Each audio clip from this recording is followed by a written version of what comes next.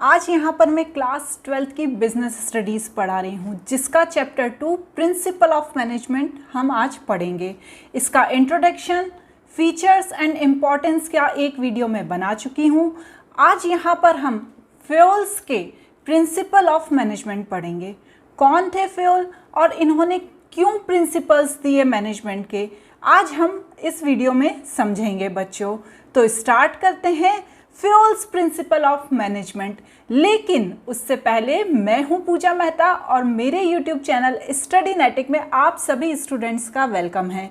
Students, अभी तक यदि आपने मेरे चैनल को सब्सक्राइब नहीं किया तो प्लीज़ सब्सक्राइब कीजिए, लाइक कीजिए, कमेंट कीजिए और इसी तरह से मेरे वीडियोस को देखते रहिए।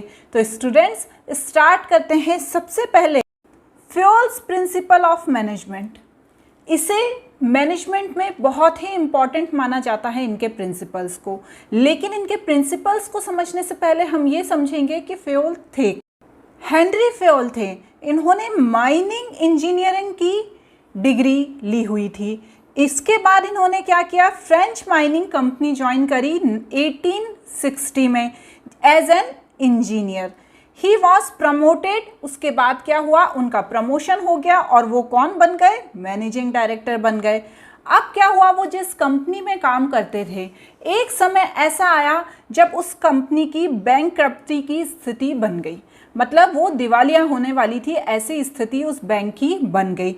उस समय जो हेनरी फ्यूल थे वहाँ के डायरेक्टर, और उन्होंने उस चैलेंज को एक्सेप्ट किया और अपनी कुछ ऐसी टेक्निक्स लगाई जिससे कंपनी सक्सेसफुल हो गई। ठीक है, उसकी स्थिति में बहुत सारा सुधार हुआ। उन्होंने अपने कुछ ऐसे प्रिंसिपल्स ऐड करे मैनेजमेंट लेवल पर कि वो कंपनी सक्सेसफुल हो गई। और जब वो 30 साल बाद उस कंपनी से रिटायर हुए तो वो कंपनी सबसे बड़ी कोल स्टील कंपनी थी और उसका बहुत अच्छा फाइनेंशियली बैकग्राउंड था। कहने का मतलब ये है कि जो फ्यूल ने जो टेक्निक्स और जो प्रिंसिपल यूज़ करे उस कंपनी में, वो प्रिंसिपल्स आगे चल के बहुत ही ज़्यादा फेमस। हेनरी फ्यूल के जो प्रिंसिपल थे वो इतने इम्पॉर्टेंट माने जाने कि उन्हें फादर ऑफ मैनेजमेंट स्टडीज़ कहा जाने। अब उन्होंने कुछ इस तरह के रूल्स और कुछ इस तरह के प्रिंसिपल्स बताए जो बहुत ही ज़्यादा कंट्रीब्यूशन करते थे किसी भी ऑर्गेनाइजेशन में। सबसे पहली बात ये थी कि उन्होंने टेक्निकल और मैनेजेरियल स्किल, ये जो दोनों स्किल्स होती हैं, इनमें बिल्कुल डिफरेंस बताया।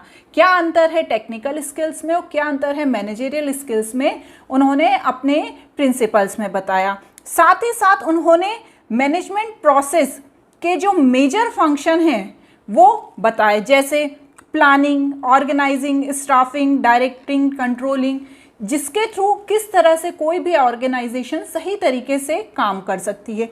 लेकिन उनके द्वारा बनाए गए 14 प्रिंसिपल ऑफ मैनेजमेंट सबसे ज़्यादा इम्पॉर्टेंट रहे हैं, जिनको कोई भी ऑर्गेनाइजेशन अपने यहाँ लागू करके सक्सेसफुल हो सकती है और इनके थ्रू अपनी मैनेजेरियल एक्टिविटीज़ को कर सकती हैं।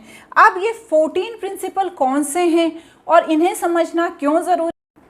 देखिए, इन प्रिंसिपल को कोई भी ऑर्गेनाइजेशन अपने यहाँ लागू कर सकती है, उसका अध्ययन कर सकती है और देख सकती है कि किस तरह से परेशानियों से बाहर निकला जा सकता है। अब सबसे पहला प्रिंसिपल क्या था, division of work. Whole work is divided in a small task, job and each work is done by trained specialist।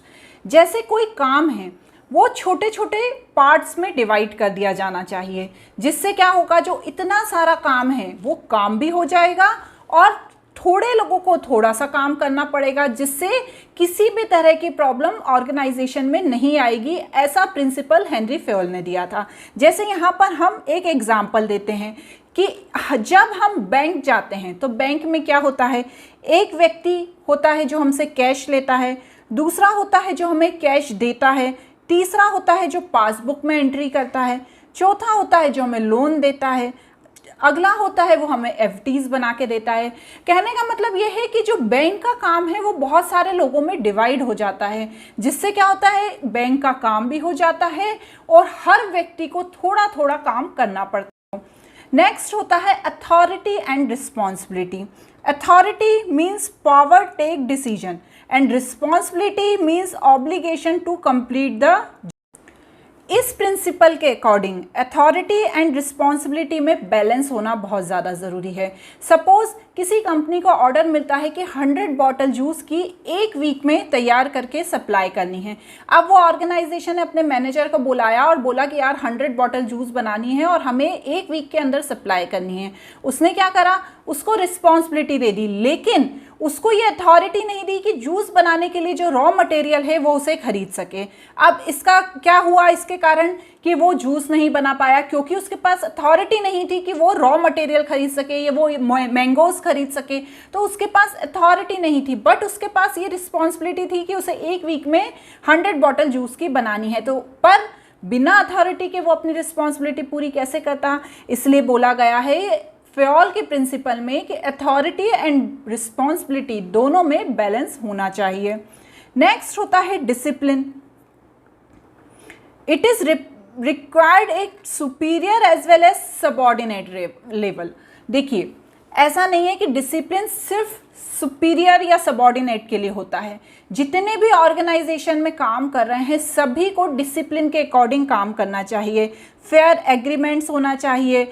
क्या होता है, यदि आप डिसिप्लिन नहीं होता है तो आप ढंग से काम नहीं कर पाते हैं।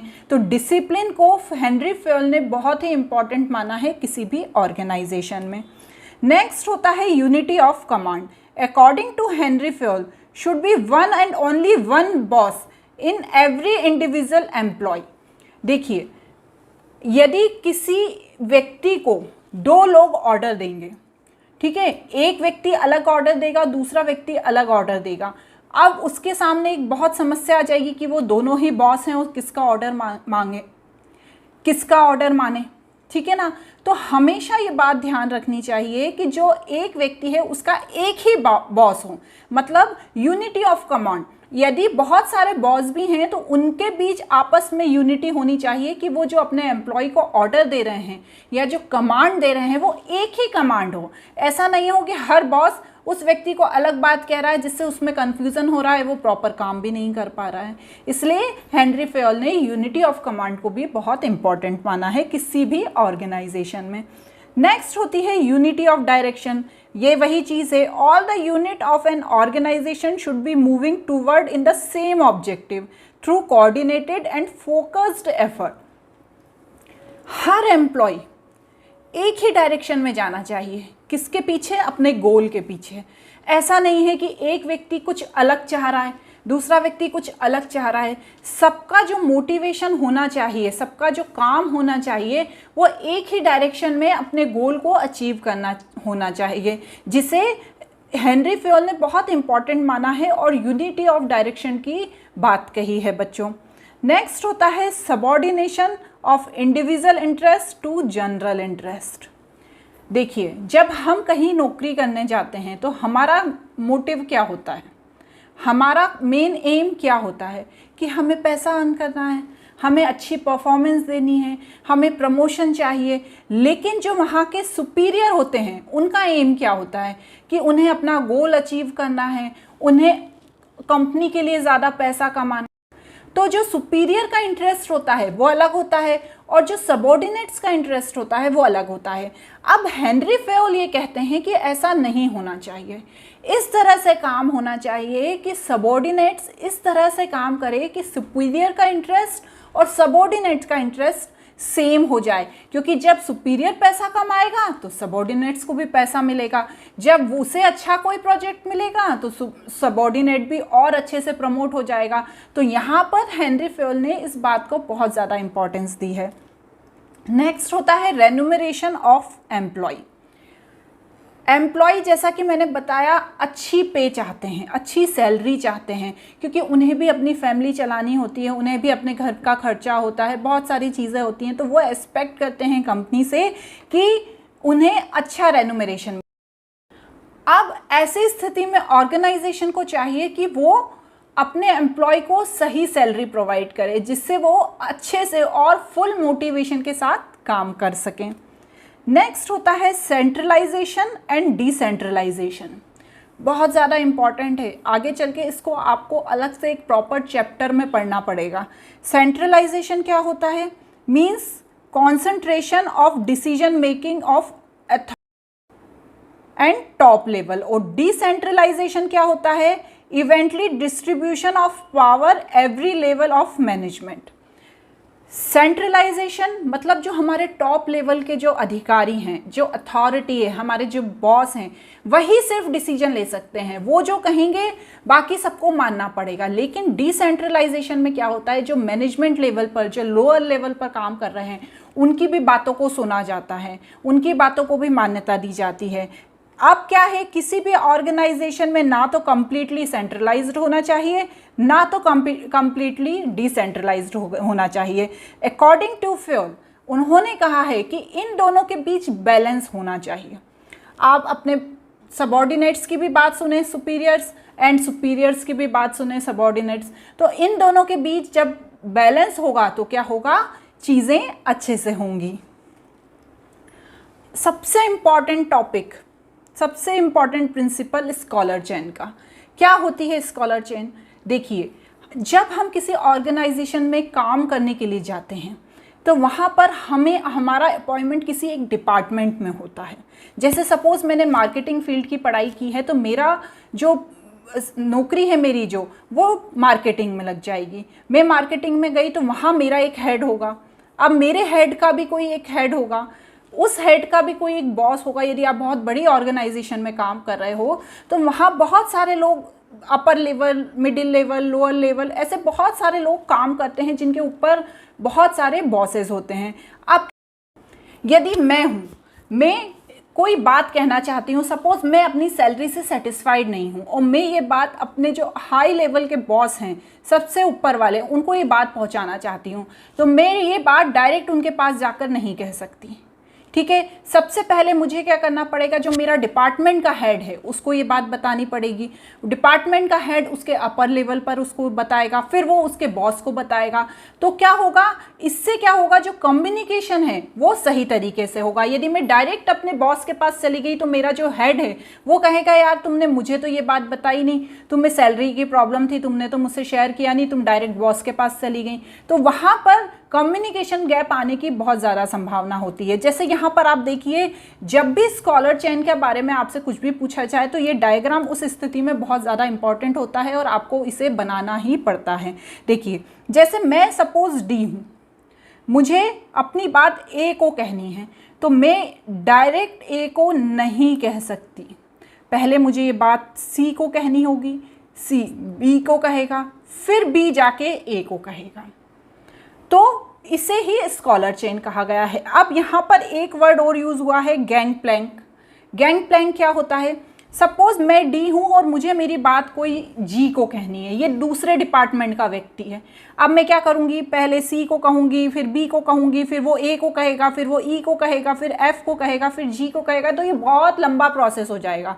तो यहाँ पर थोड़ी सी छूट ऑर्गेनाइजेशन में ये होती है कि यदि मैं अपनी बात डायरेक्ट दूसरे डिपार्टमेंट के किसी व्यक्ति को कहना चाहती हूँ तो मैं डायरेक्ट उसके पास जाकर ये बात कह सकती हूँ, जिसे हम गैंग प्लैंक कहते हैं बच्चों। नेक्स्ट होता है ऑर्डर। ऑर्डर क्या होता है? pupil and material must be suitable place and the appropriate time is maximum efficiently। pupil और मटेरियल सही टाइम पर उपलब्ध होना चाहिए। यदि ये सही टाइम पर उपलब्ध नहीं होंगे तो क्या होगा? काम प्रॉपर तरीके से नहीं हो पाएगा। इसलिए ऑर्डरनेस को बहुत इंपॉर्टेंट माना गया है। यदि कोई किसी चीज़ का ऑर्डर देता है, यदि अपर लेवल का कोई बॉस ऑर्डर देता है तो जो लोअर लेवल का व्यक्ति है उसे उसको मानना पड़ता है। ये हेनरी फ्योल का एक इम्पॉर्टेंट प्रिंसिपल है। कोई भी ऑर्गेनाइजेशन है, बड़ी है छोटी है, वहाँ पर इक्वलिटी को बहुत इम्पॉर्टेंट, कहीं पर भी इनइक्वलिटी नहीं होना चाहिए। रिलीजन के नाम पर, लैंग्वेज के नाम पर, कास्ट के नाम पर, मेल फीमेल के नाम पर, किसी भी चीज़ के आधार पर आपको ये नहीं होना चाहिए कि हम इनइक्वलिटी रखें। तो यहाँ पर इक्वलिटी को बहुत ज़्यादा इम्पॉर्टेंट माना गया है। नेक्स्ट है स्टेबिलिटी ऑफ पर्सनल। इसका मतलब यह होता है कि यदि हमने किसी को एम्प्लॉय को अपॉइंट किया है अपनी ऑर्गेनाइजेशन में, तो हम ये नहीं कर सकते कि हमने इसे अपॉइंट किया और 2 दिन बाद ही उसको हमने बाहर कर दिया। उसको काम करने का हमें थोड़े दिन मौका देना चाहिए, उसको काम करने देना चाहिए। ऐसा नहीं करना चाहिए कि यार तुम्हारा काम अच्छा नहीं है या तुम मुझे पसंद नहीं आए तो हमने 2 दिन में उसको फायर कर दिया। तो हेनरी फेयोल के अकॉर्डिंग स्टेबिलिटी ऑफ पर्सनल भी किसी भी ऑर्गेनाइजेशन में बहुत ज़्यादा इम्पॉर्टेंट है। नेक्स्ट है इनिशिएटिव। इनिशिएटिव को हर जगह इम्पॉर्टेंस दी हुई है फेयोल के कारण। यदि कोई सबॉर्डिनेट आकर कुछ नई राय देता है, कुछ नई बात बताता है, तो उस स्थिति में जो हेड होता है या जो बॉस होता है उसे उसकी बात सुननी चाहिए, इनिशिएटिव लेना चाहिए कि उसकी बात को, उसकी जो थॉट है उसको आगे बढ़ाए, उसकी बात को मान्यता दे और देखे कि कहीं ऐसा तो नहीं है कि उसकी उस बात से हमारी ऑर्गेनाइजेशन को फ़ायदा हो रहा है। तो कभी भी ये नहीं करना चाहिए यार तुम सबऑर्डिनेट हो, तुम क्यों राय दे रहे हो। तो यहाँ पर ये इनिशिएटिव लेना बहुत ज़रूरी है। नेक्स्ट होता है एस्पिरिट डे कॉर्प्स। बड़ा टिपिकल सा नाम है, बट इसका मतलब है कि जितने भी लोग हैं वो मिलजुल कर काम करें, आई की भावना से हटकर वी की भावना पे आ जाए। मतलब मेरा ये काम है ये ना कहें, हमारा ये काम है ये कहें। जब हम सब मिलकर ऑर्गेनाइजेशन में यूनिटी से काम करते हैं तो वो काम जल्दी होता है, आसानी से होता है और हम उसकी वजह से अपने गोल तक पहुंच जाते हैं। तो स्टूडेंट्स, इस तरह हेनरी फेयोल ने ये 14 प्रिंसिपल दिए हैं मैनेजमेंट के। ये बहुत इंपॉर्टेंट हैं, एग्ज़ाम पर्पज़ से बहुत इम्पॉर्टेंट है, प्रोजेक्ट पर्पस से बहुत इम्पॉर्टेंट है। इसमें से बहुत सारे क्वेश्चंस पूछे जाते हैं, तो हर पॉइंट वो आप अच्छे से समझिएगा। आपको मेरा ये वीडियो कैसा लगा मुझे ज़रूर बताइएगा। घर पर रहिए, सेफ रहिए, तब तक के लिए